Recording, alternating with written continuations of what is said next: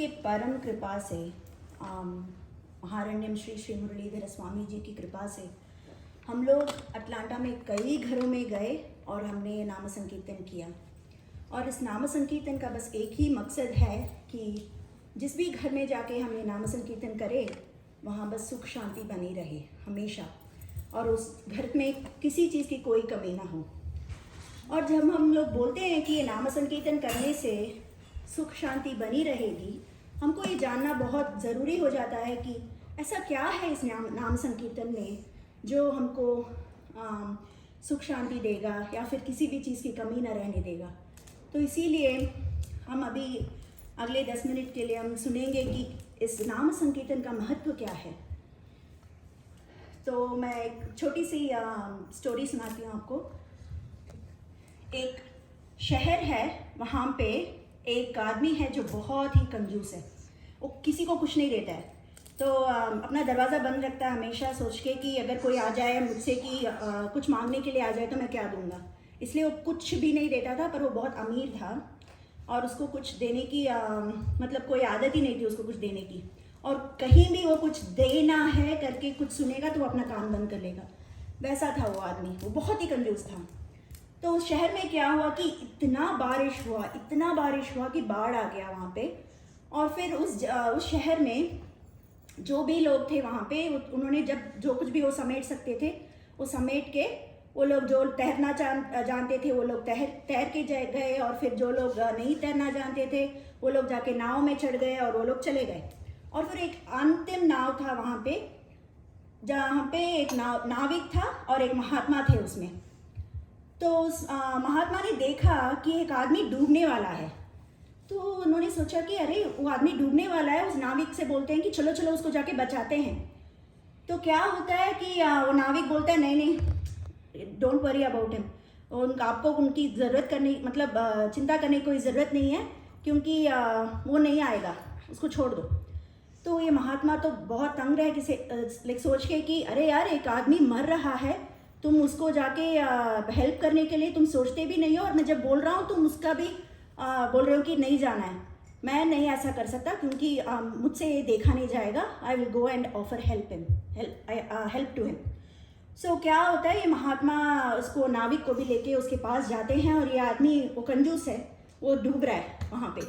तो क्या बोलते हैं वो महात्मा, बोलते हैं कि अरे मुझे अपना हाथ दो। तो द मोमेंट ही हर्ड दो, इसने अपने कान बंद कर लिया। बोलता है कि अरे ये तो मुझसे कुछ मांग रहा है, मैं नहीं दे सकता। तो उसने अपना कान बंद कर लिया। फिर ये महात्मा, तो उसने नाविक ने बोला देखो मैंने कहा था, उसका कोई वो ही नहीं है, ये तो बस डूबेगा ही डूबेगा। तो फिर वो महात्मा क्या बोलते हैं कि नहीं, मेरे पास एक और रास्ता है इसको बचाने का। तो बोलते हैं कि तुम मेरा हाथ लो। तो जब उन्होंने अपना हाथ दिया उसको, तो क्या हुआ कि उसने अपना हाथ पकड़ लिया और वो नाव में चढ़ गया और वो बच गया।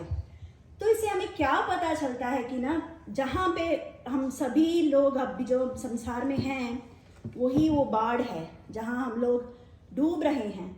और फिर जो आसपास के हमारे लोग हैं उनको कोई फ़र्क नहीं पड़ता है कि हम क्या कर रहे हैं क्या नहीं कर रहे हैं इस ज़माने में ना, इस कलयुग में।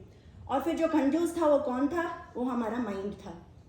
जो हमारा वो माइंड है उसको हमेशा जो भी तुम अच्छा ही बोलोगे तो बोलेगा नहीं, मैं नहीं मानूंगा। तो वैसा है वो हमारा माइंड। और जो महात्मा कौन है? वो महात्मा है ये महामंत्र। क्योंकि जो वो महामंत्र एक ऐसा रास्ता है जो इस कलयुग में हमको पार कर सकता है।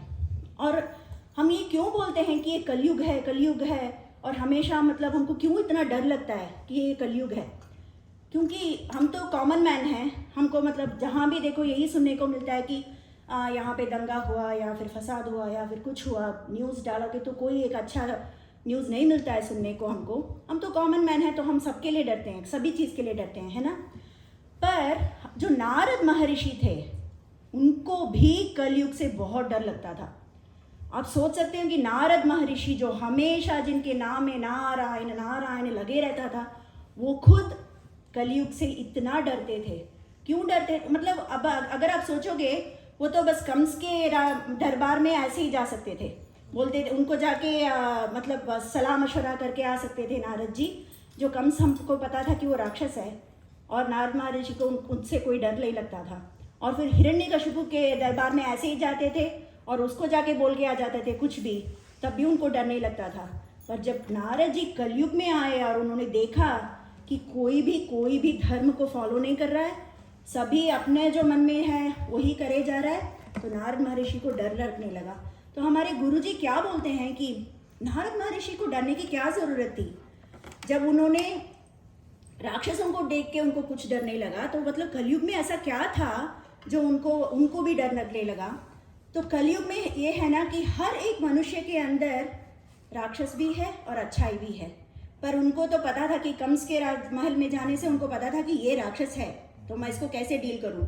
और फिर जब कलयुग में है उनको कुछ पता नहीं है कौन क्या है, तो इसलिए हमको एक, और उस वक्त नारद महर्षि उतने मतलब सोच में पड़ गए कि अरे यार इन कलयुग में इन लोगों का क्या होगा, मतलब इतना सब जगह दोषों से भरा हुआ है, तो इन लोगों का क्या होगा।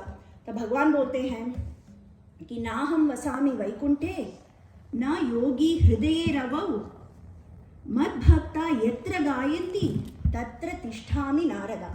इसका क्या मतलब है कि बोलते हैं कि नारदा तुम चिंता मत करो, मैं वैकुंठ में नहीं हूँ, ना मैं योगियों के हृदय में हूँ, मैं वहाँ जाके बस जाता हूँ जहाँ मेरे भक्त नाम संकीर्तन करें।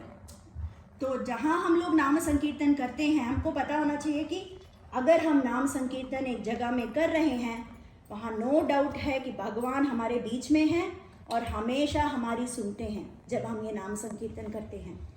तो इसीलिए भगवान इतने कृपालु हैं कि उनको पता है कि हम लोग कलयुग में कुछ नहीं कर सकते, ना जाप कर सकते हैं, ना यज्ञ कर सकते हैं, ना हमारे पास वो मिनिमम क्वालिफिकेशन है कि जो हम सफाई का ध्यान रख सकते हैं या कुछ भी। हमारा लाइफस्टाइल ही इतना बहुत ही बिजी है कि हम सुबह उठते हैं, हमको बस अगला कार्यक्रम चलता रहता है हमारे माइंड में, हमको किसी के लिए भी कुछ टाइम नहीं रहेगा। तो भगवान इतने कृपालु हैं कि भगवान ने क्या किया, अरे इनका भी तो उद्धार होना चाहिए, तो मैं जाके इस नाम में बस जाता हूँ। तो भगवान और नाम दोनों अलग नहीं हैं। भगवान, अगर हम ये नाम जाप करते हैं तो ये अश्योर्ड है कि भगवान हमारे साथ साथ साथ चलते हैं हमेशा। इसीलिए इस नाम संकीर्तन के लिए कोई रूल्स नहीं है, रेगुलेशंस नहीं है। आप नहा के बोलो, ना नहा के बोलो, ब्रश करके बोलो, नहीं ब्रश करो, कुछ प्रॉब्लम नहीं है। आप लेटे लेटे बोलो, तकिए में लेट के भी बोल सकते हो, या फिर चलते हुए बोल सकते हो, या फिर आप कार में जब जा रहे हो, ड्राइव कर रहे हो तब बोल सकते हो। इतना आसान कर दिया भगवान ने हमारा फॉलो करना कि हम भगवान को तो साथ में लेके घूम नहीं सकते हैं, तो हमारा नाम है और हमारा जो ये माउथ है और टंग है, हमेशा हमारे साथ रहेंगे भगवान। जब हम ये नाम संकीर्तन हम हमेशा बोलते रहेंगे।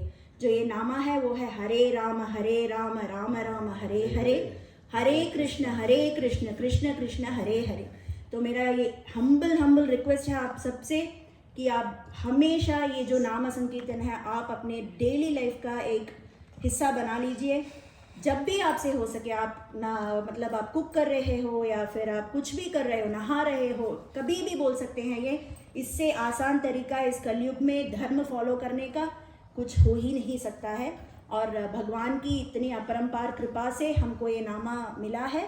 और मेरा एक विनती है आप सबसे कि आप प्लीज़ एटलीस्ट 11 टाइम्स ये नामा एवरी डे, और आप अपने बच्चों को भी बोलिए। इससे बड़ा कवच हम अपने बच्चों को नहीं दे सकते हैं। ट्रस्ट मी, मैंने अपने ज़िंदगी में इतना सब कुछ अनुभव किया है after I started chanting this नामा। मैं जो रोज़ हमेशा जब ये नामा चैंट करती हूँ, मेरे पर्सनल लाइफ में इतना चेंज आया है और फिर मेरे प्रोफेशनल लाइफ में भी इतना चेंज आया है। तो मेरी ये बहुत विनती है आप सबसे कि प्लीज़ आप लोग फॉलो कीजिए। एटलीस्ट 11 टाइम्स ये नामा आप ज़रूर बोलिए। राधे राधे। राधे राधे।